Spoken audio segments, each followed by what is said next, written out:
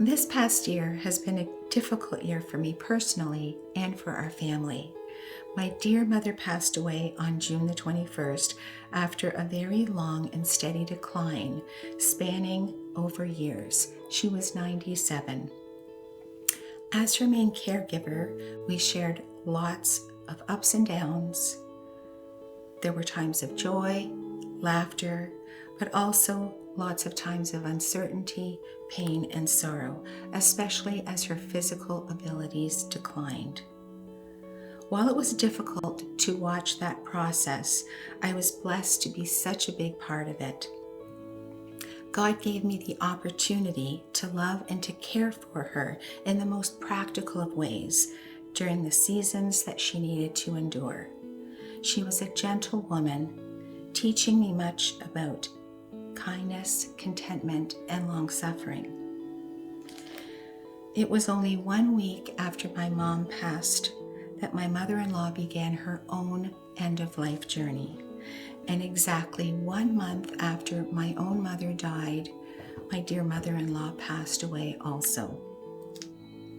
While the circumstances were much different, it was so sudden and unexpected with her. Losing both moms in such a short time left us grieving and with heavy hearts. But through it all, God's perfect timing and His perfect love were evident in the big things and in the small things. I was blessed to have had such a great relationship with my mother-in-law. We lived next door to each other for almost 45 years and worked alongside each other.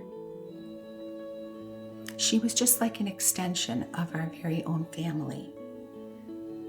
Marrying young, I learned much of being a wife and later a mom from my mother-in-law. She was always giving of herself, always ready to help, ready to serve in any way that she could. She was dedicated to her family.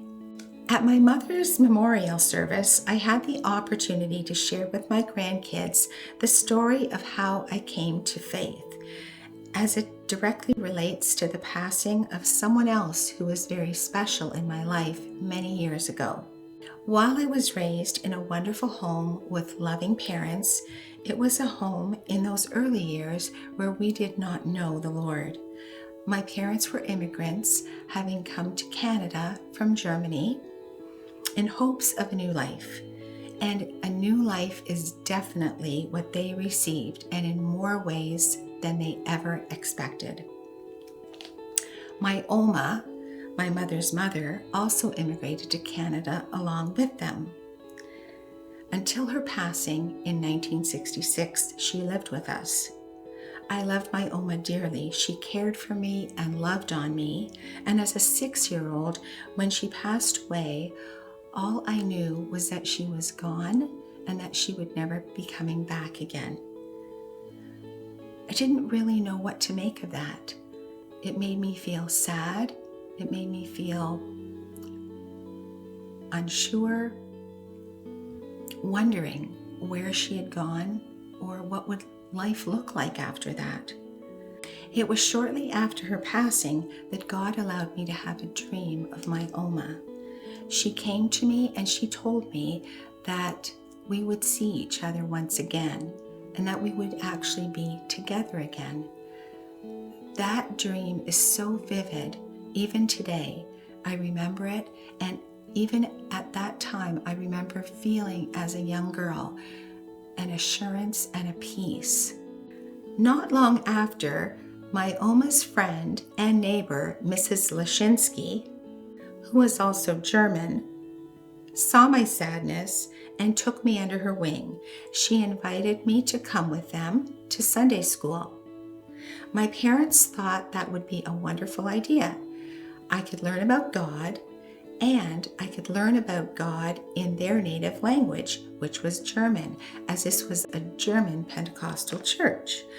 So off I went with them to Sunday school week after week, and I loved it. There was such a presence of love and acceptance, and I was taught and nurtured there by the many people who gave of themselves. In time, I started bringing my little sister to church with me, and she too learned about God's love. Years later, my parents became interested in attending church with us, and eventually they came to the place where they committed their lives to the Lord as well. One of the greatest moments of my life was when at age 15, my parents and I were all baptized together on the same day. It was a day I will always remember and treasure in my heart. As I reflect on God's goodness, I see how God used an elderly grandmother and her family to reach out to a little girl who was sad and grieving, hoping to make a difference. By inviting me to Sunday school, this opened a door for me to discover Jesus and to grow in relationship with Him. And not just for me, but for my younger sister and for my parents as well.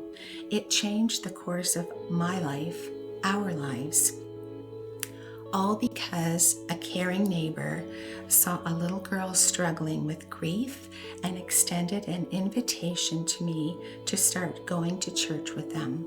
I am so thankful for my neighbor's loving heart and the incredible love of Jesus. Because of them, I can say with certainty that one day I will see my Oma, my dear mother and mother-in-law, and my dear father again.